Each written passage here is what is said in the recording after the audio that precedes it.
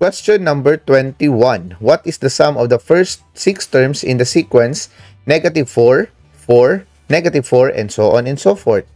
Is it A, 0, B, 1, C, -4, or D, +4? I'll give you 5 seconds to think about your answer. Okay, math learners, this question is very, very easy. Why? Because if we continue the sequence up to the 6th term, in this given sequence, we have -4, 4, -4, 4, -4, 4, meaning you will be having a pair of -4 and 4. Now, when you add the first 2 terms, -4 and 4, you will have 0. So, of course, there are 3 pairs on this one. So, therefore, 0 plus 0 plus 0, that would be still 0. Letter A is the correct answer. Now, let's check whether we are correct. Alright, now let us go to question number 22. What is the sum of the first 5 terms of the geometric series 4, 12, 36, so on and so forth? Is it A, 364, B, 484, C, 524, or D, 544? I'll give you 5 seconds to think about your answer.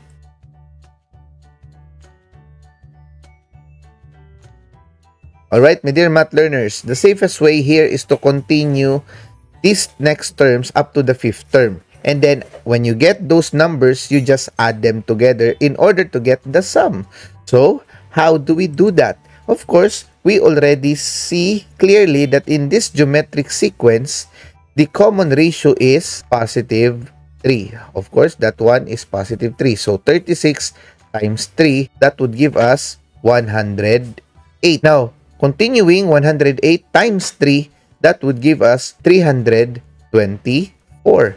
So, having this 2 with this 36, this 12, and this 4, adding them together, you will have, this is 10, this is another 10, so that is 20, so that is 24.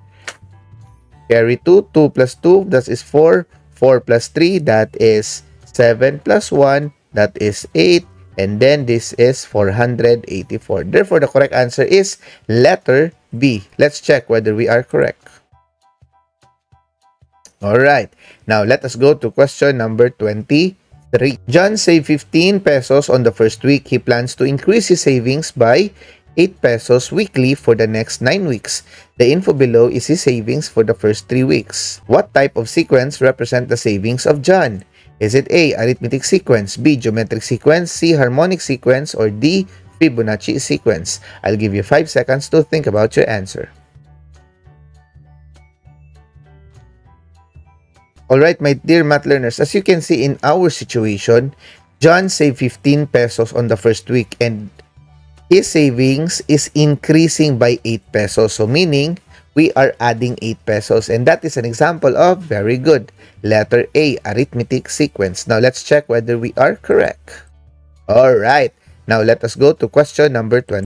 Okay, the same scenario. Now, the question is, how much are his savings in the 10th week? Is it A, 85, B, 87, C, 89, or D, 91? I'll give you 5 seconds to think about your answer. Okay, my dear math learners, the question here is how much is John's savings on the 10th week? So, therefore, we can apply our formula for arithmetic sequence A sub n is equal to A sub 1 plus the quantity n minus 1 times D. Now, of course, we are dealing with 10 weeks here. So, therefore, our n minus 1 would be 10 minus 1, and that is 9. Then, 9 will be multiplied to our common difference, which is 8 pesos. So, that would be 9 times 8, 72. And then, that 72 will be added to our first term, which is 15 pesos. So, therefore, the correct answer is 87. Letter B. Let's check whether we are correct. Alright, my dear math learners. Now, let us go to question number 25. How can John calculate his total savings over the 10 weeks? Is it A, add 15 to 8 9 times? B, multiply 15 by 10 and then add by 8? C, use the formula for the sum of an arithmetic sequence where the first term is 15, the common difference is 8, and the number of terms is 10. Or letter D, multiply 8 pesos by 9 and ignore the first week's savings. I'll give you 5 seconds to think about your answer.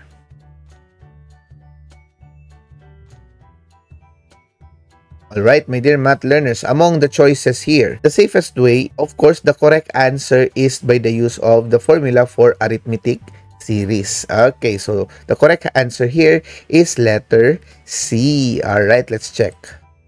Okay, my dear math learner. Now, let us go to question number 26. Okay, the same scenario, but now it is asking for the total savings over the 10 weeks. Alright. So, is it A, 510, B, 520, C, 535, or D, 540? I'll give you 5 seconds to think about your answer. Alright, my dear math learners, if you can still remember our answer for the 10th week, we already know that the value or the savings on the 10th week is 87 pesos. So, of course, in applying the arithmetic series in this scenario, that 87 pesos will be added to 15. So, 87 plus 15, that would give us 102. Of course, that 102 will be multiplied by the number of pairs in 10 weeks. So, that is 5 pairs. So, 102 times 5, that is 510. So, the correct answer is letter A. Let's check. Alright, my dear math learners, I hope you got that one. So, now let us go to question number 20. Question number 27. Which of the following proves that x minus 2 is a factor of f of x is equal to x cubed minus 8? Is it A, f of negative 2 is equal to negative 2 cubed minus 8? B, f of 2 is equal to 2 cubed minus 8? C, f of negative 2 is equal to negative 2 cubed plus 8? Or D, f of 2 is equal to 2 cubed plus 8? I'll give you 5 seconds to think about your answer.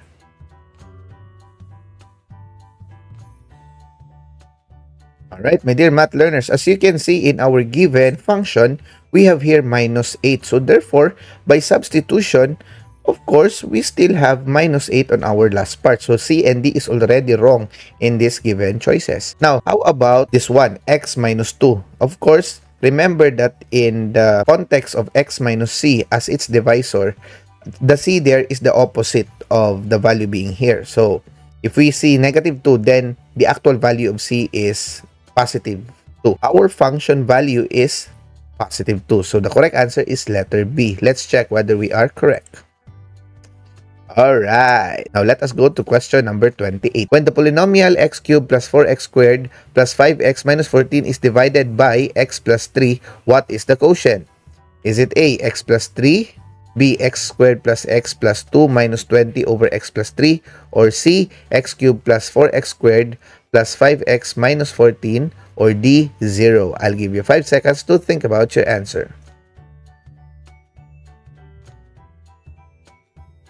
Okay, my dear math learners, in dividing a polynomial by a binomial, there are two ways. Okay, the first one is by the use of long division, and the second one is by the use of synthetic division. Of course, there are also tips in solving problems like this, especially when you have choices. Now, as you can see, we have our polynomial, which is x cubed in the third degree, and we have our divisor, which is x. If you try to divide x cubed by x, the answer would be x squared, right? Now, among the choices here, there is only one given with the degree of 2, and that is letter B. So, of course, that is automatically our answer. Let's try and check whether we are correct. Alright, now let us go to question number 29. What is the quotient when 3x to the 4th power minus 2x cubed plus x squared minus 5x plus 12 is divided by x minus 3 using synthetic division? Is it A, 3x cubed plus 7x squared plus 22x plus 61 plus 195 over x minus 3? B, 3x cubed plus 7x squared plus 22x plus 61? C, 3x to the 4th minus 2x cubed plus x squared minus 5x minus 183, or D, 3x to the 4th plus 5x cubed plus 16x squared plus 43x plus 117. I'll give you 5 seconds to think about your answer.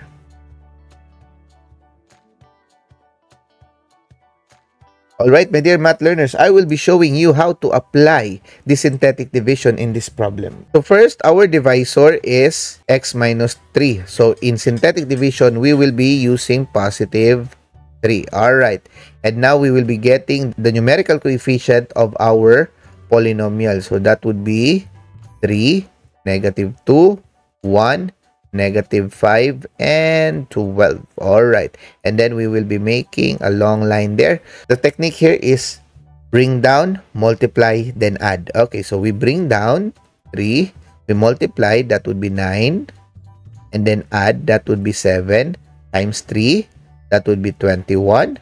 21 plus 1, that would be 22. 22 times 3, that would be 66. And then, by adding this, that will be 61. Okay, 61 times 3, that would be 183. Alright. And then adding them, that is 195. So therefore, as you can see, in our given choices, there is only one with the remainder here, which is 195. So of course, in the quotient, part of the answer is also the remainder. Okay, so the correct answer here is letter A. Alright, let's check whether we are correct. Okay, my dear math learners, I hope you got that one. Now, let us go to question number 30. What is the remainder when 3x squared plus 7x minus 18 is divided by x plus 4? Is it A, 0, B, 1, C, 2, or D, 10? I'll give you 5 seconds to think about your answer. Okay, my dear math learners, in getting the remainder, you can apply the remainder theorem. Now, according to the remainder theorem, if you have a divisor, you just substitute the value of that divisor to your polynomial. So, since this is x plus 4, if we solve this using the zero product property, the value of x will become negative 4. So, if we try to substitute negative 4 in our x here in the polynomial, so that would be 3 times negative 4 squared. So, 4 squared is 16. 16 times 3, that would be 48. So, you have 48 here for the first term. Then, 7 times negative 4, that would be negative 28. So, if you have 48 minus 28, that would be 20. So, 20 minus 18, that is positive 2. So, letter C is the correct answer. Alright, my dear math learners, I hope you got that one. So, congratulations, my dear math learners, for finishing the third part of our reviewer series. Question is, what is now your partial score? Please share it in our comment section below. Of course, if you're not yet subscribed, please click that subscribe button, my dear math learners. So, without further ado, let's go to the last part of our reviewer series.